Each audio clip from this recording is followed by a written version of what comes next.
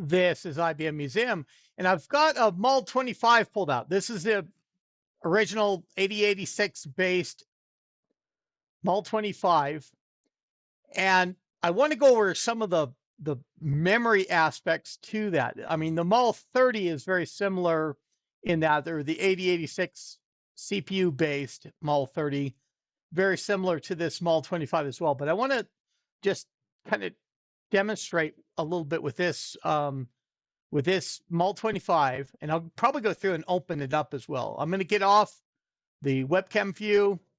Let me get spun around here, and we can actually even go. This is one of the Mul 25s I do have set up for the video capture.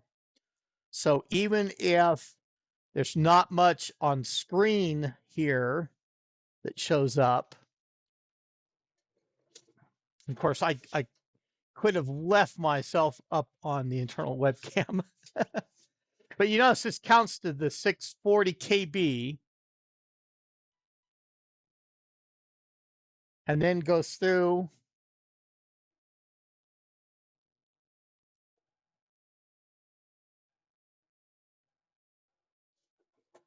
And I've got my little Space Saver keyboard here.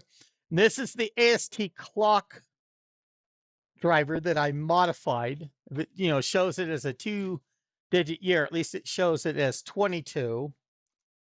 As we see, in fact, I need to look at time. Looks like it's running a little bit fast. Oh, that's right. The D on this is really kind of a challenge on this keyboard. But it marks it with the correct date. Time is inconsequential. And I think I've got MS-DOS version 6.22 on this. So I want to do the Microsoft Diagnostic, MSD.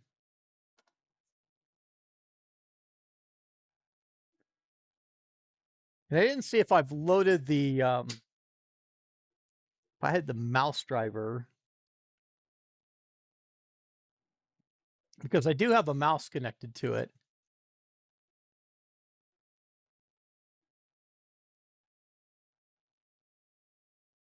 But I mainly wanted to look at the aspect of the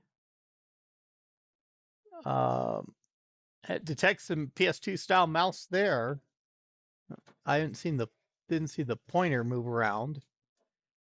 It's detecting the mouse being attached, but I don't know. I didn't think the driver is loaded. I was wanting to look at the memory, which is the okay, just M rather than Alt M. And this shows I have to scroll down a little bit. This is the lower memory is at the bottom.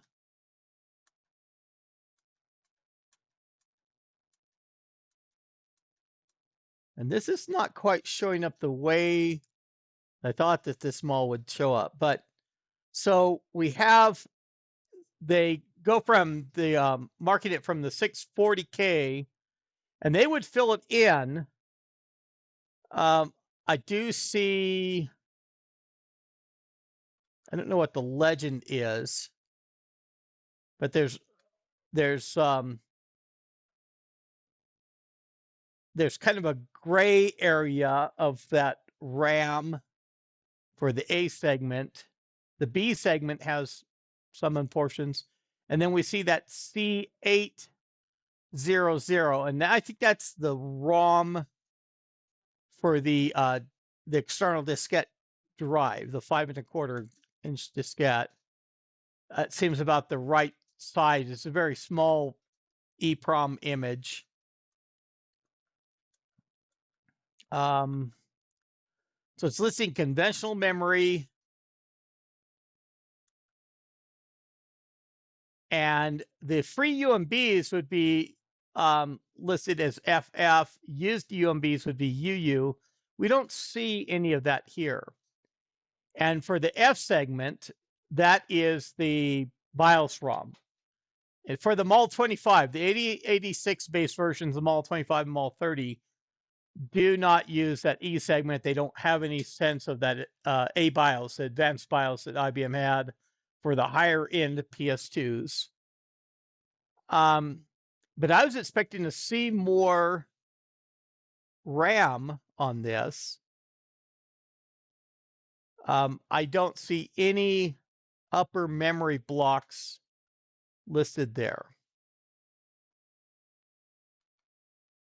And so Alt F, exit. In fact, there's like the mem command too.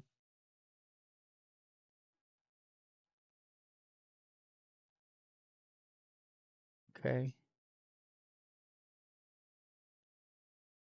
And normally it would show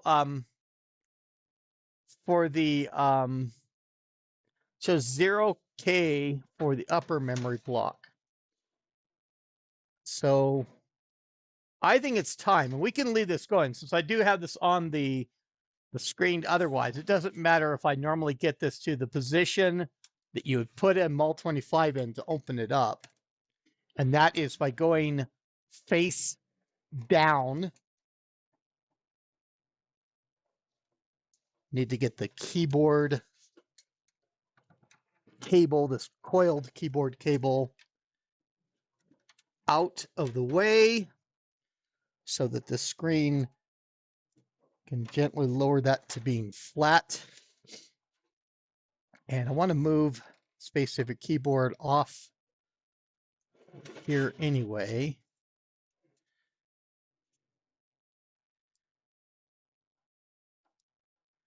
So the back of this is not very visible with my webcam screen. Let's go through, let me get switched back over to the camcorder view. Of course, that makes it necessary to, or it is good to hide my webcam at this point, so there's not any phase errors or anything like that. And I can go through, let me tighten down these.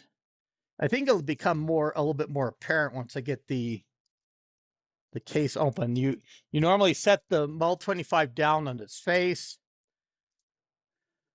and there's the two screws that you loosen. I normally use this handle. You just have to remember that you stuck the screws in there before you turn it any other way to lose those screws.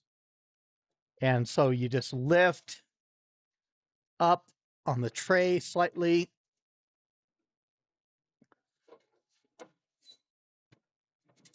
And it spins down.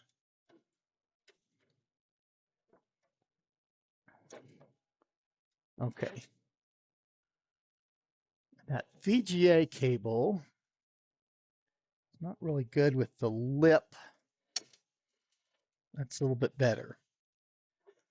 So I do have that diskette drive, and even with the particular IBM cable, because this is an internal use IBM Mul25 before. It's got a personnel database that's on there. But below that, you see that this board, it's actually an AST board, it has RAM on it. And it should be configuring this RAM. In fact, it'd be really nice if I suspected that this is, I was calling it a 6-pack plus, but it's not a full length adapter. And the AST called it that by having 6 functions: the real-time clock, serial parallel ports, memory, and I think a game adapter connector. Even though I've got some connectors here that they're not, of course, put to the back panel. I'm out of room effectively for that. But let's go through. This is the point. I need to power it down.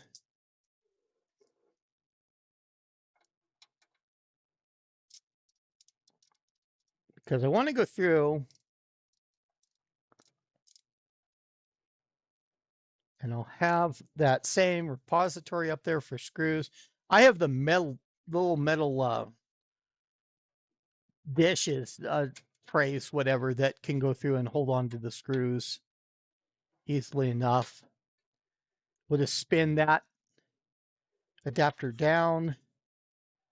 I thought I was seeing more of the RAM that was in there. I thought I saw the system utilizing it. And this is, in fact, we can probably do this. We'll bring out, and that'll make it easy for me to show the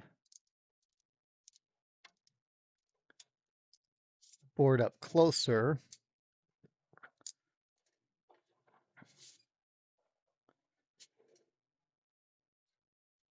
And determine what it is. And I want to go through and examine these configuration switches. So there's the AST board as it's marked there. It's also marked on the back. You can see that AST, and it's got a serial port connector here. This is probably the parallel port. This is the game port connector. And it looks like it's there's a couple chips probably for the game port that's maybe missing there. And then we have the battery for the real-time clock. And we've got, and this is a 6-pack plus.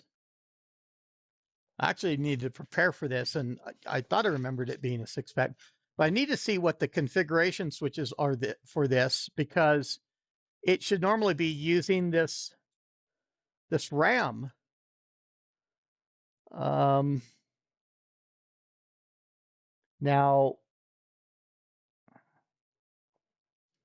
so let me get on the ring light. That'll help illuminate some stuff. Because there's our UART. And then we've got a big ASIC chip that does the parallel and probably some other stuff. You see the part number. Revision B. And it is a 6-pack plus. That RAM that's there, those are 64 KB banks. And normally those should have a starting address and 120 nanosecond or millisecond or whatever scale there, 120. And I think even the MT bank here, and you notice the number of chips, 9. So it has parity, 8 chips, and then 1 chip for the parity. Each of the chips is effectively 1 bit wide, and the bank, gives you 8 data bits, 1 parity bit. Those banks. But I really need to find out the configuration settings, because we can see 1, 2, 1 and 2, position 1 and 2 are off. Position 3 is on. Position 4 is off. Position 5 and 6 are on. Position 7 is off. Position 8 is on. So let me see if I can quickly bring up a page for this, because I'd like to get this memory turned on. The other thing I want to do with this board is I want to see if I can adjust the IO port address. And this is a shorter board, so it probably has the real-time clock maybe into this chip or something else. But it is a the same real-time clock as the 8086 based Model 30 has.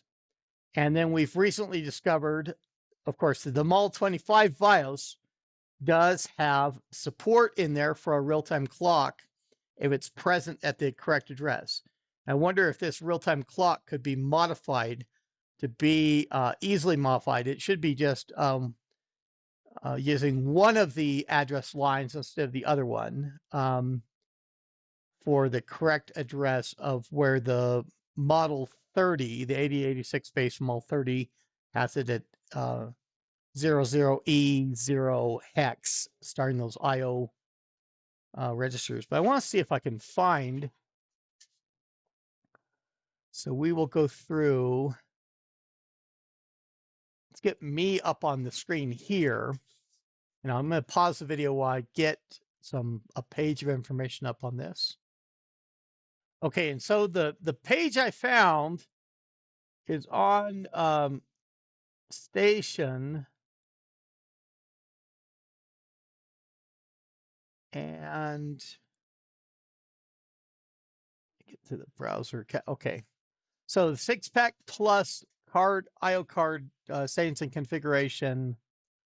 Get where I can interact with this page a little bit, and it looks like it appears that this is a longer. This may be like the revision A adapter. I have the revision B that a lot of the layout otherwise beyond the memory banks shown there, and it has 6 banks of memory instead of the 3 that I have. And it does go through and talks about the maximum onboard memory being 384 KB DRAM, the memory, the DIP memory that is there. And then it goes through for the, there's a saying for the parity enabled or not.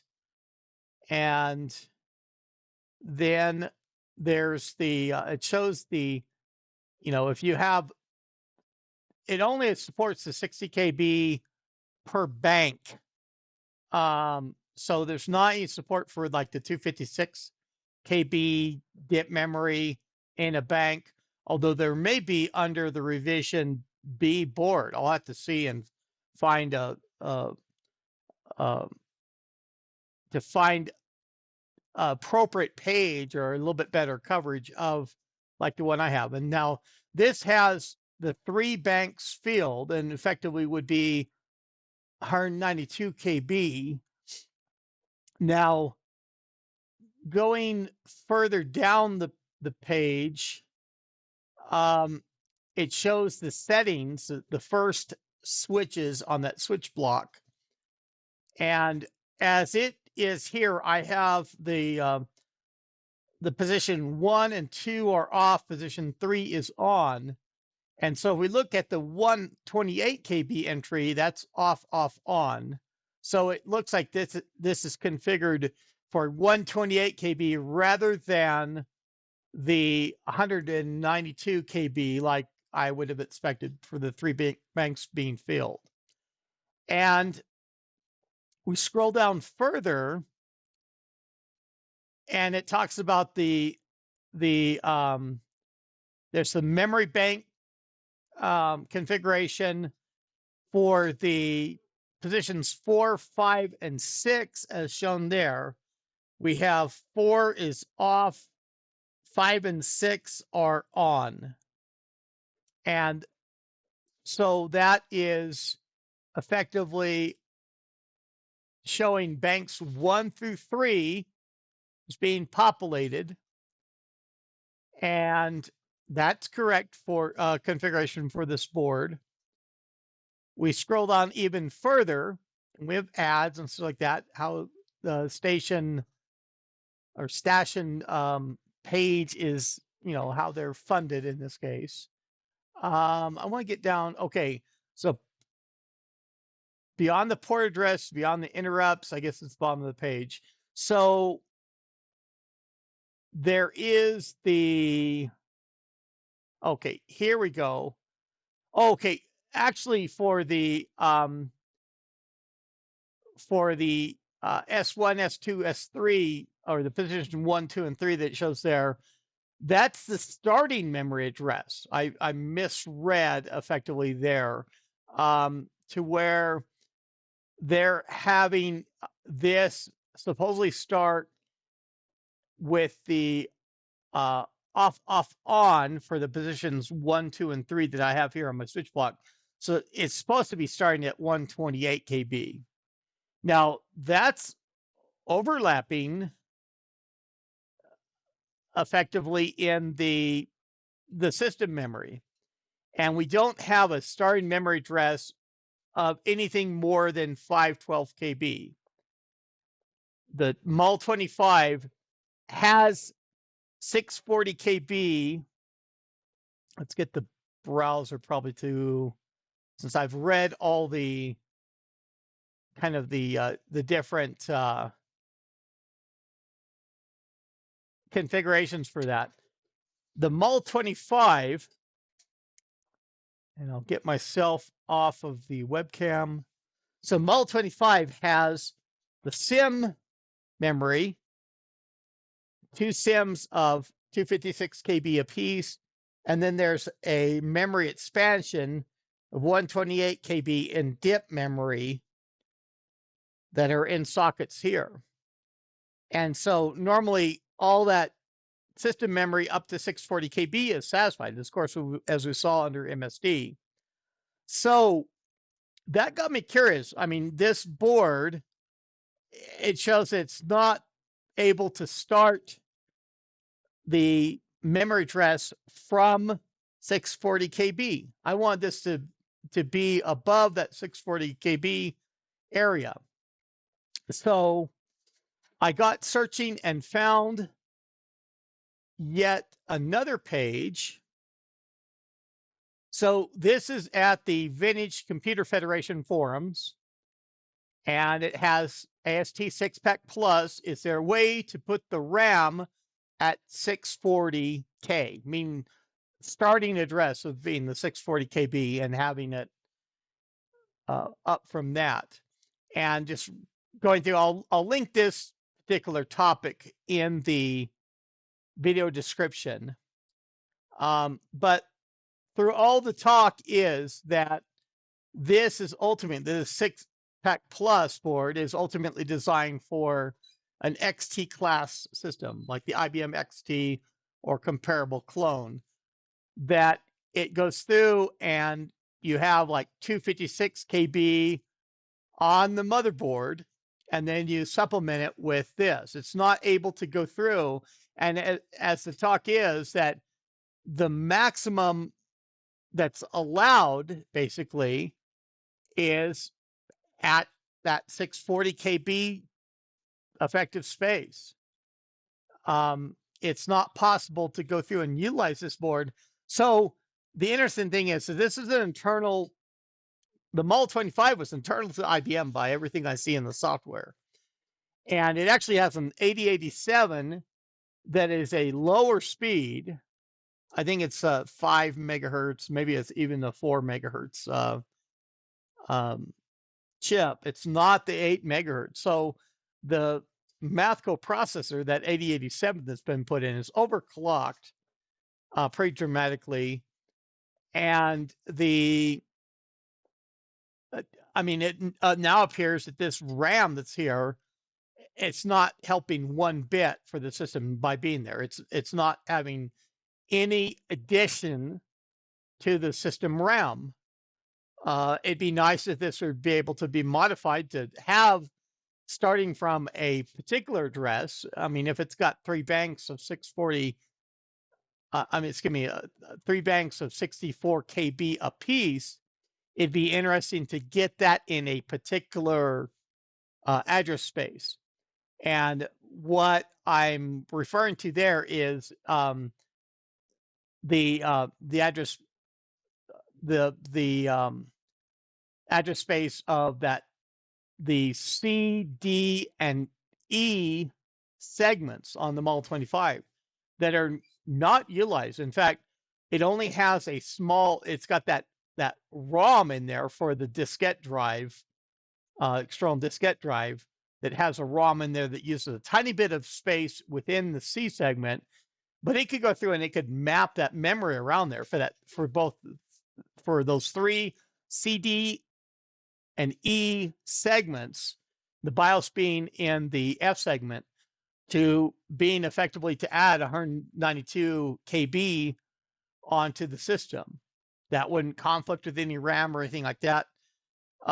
That's maybe another address modification. I mean, is it possible to go through here and to modify the address lines to get this in a different memory space? And I probably think for the integrated chips and things like that that are here, that would be most likely a very difficult process. I just have to see how that switch block is designed. If it were more simplistic with discrete chips, that would make it a lot easier. And even the real-time clock, I thought that would be a discrete chip here, and it's not. So that was really a bit of a surprise as well. But for all this board seen there and having the RAM functionality, this is doing nothing. Now there are, and the thread does identify it later on. People can peruse that. Someone has a link and saying, hey, there's a particular board that is able to start the memory at addresses above 640 KB.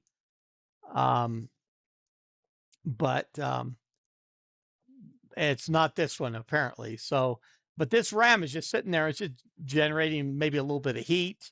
Overclocking that 8087 is apparently generating a lot more, probably a lot more heat than being overclocked like that. But I will just get this reassembled. I was hoping to find a configuration that would go through and work with the system. But I guess I can go through and I can pull that, pull the RAM off of that if I can't get it to be addressed correctly, to pull it out of there and use it somewhere else where it actually will be functional. So really, for all that, in this MUL25, without the parallel and the game port being used, it has an external serial port or a connection that is able to be used to that serial port, and the real-time clock. And of course, the real-time clock requires the AST driver being at that address. That's something I would see that, you know, it'd be nice to run that from the having the driver in BIOS like the MUL25 does, and being able to run it that way rather than, you know, at the same address that the 8086 based MUL30 has for its real-time clock.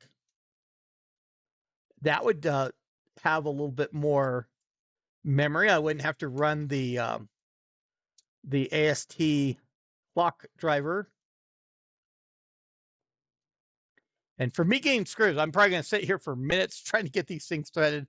I've got the system ready to button back up. We can probably go through and I will do my outro. I can find the right power switch. I want to make sure, and of course, after I've got the board spec seated again, I don't have any external diskette drive connected, but let's go through, get me back on screen. So really what I was hoping to demonstrate for this video of memory above that 640 KB on the MUL25 for use didn't bear up at all for this. But I like experiment. I like going through and empirically testing these things and seeing what can be done, and the possibility.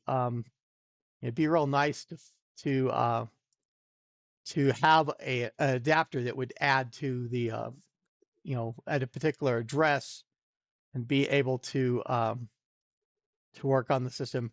And that RAM has to be continuous. Normally it's 384 KB that is optimal. And then you start it at that 640 KB address, and it doesn't utilize the stuff that maps over other areas, including the system BIOS. And but it gives me a lot more RAM to work with if that were the case. But if you enjoyed the video, go ahead and click on that like button of me discovering things, and subscribe to my channel if you've not done so already, because I do all kinds of zany videos like this too. But this is IBM Museum. That's all I have for now. Thank you.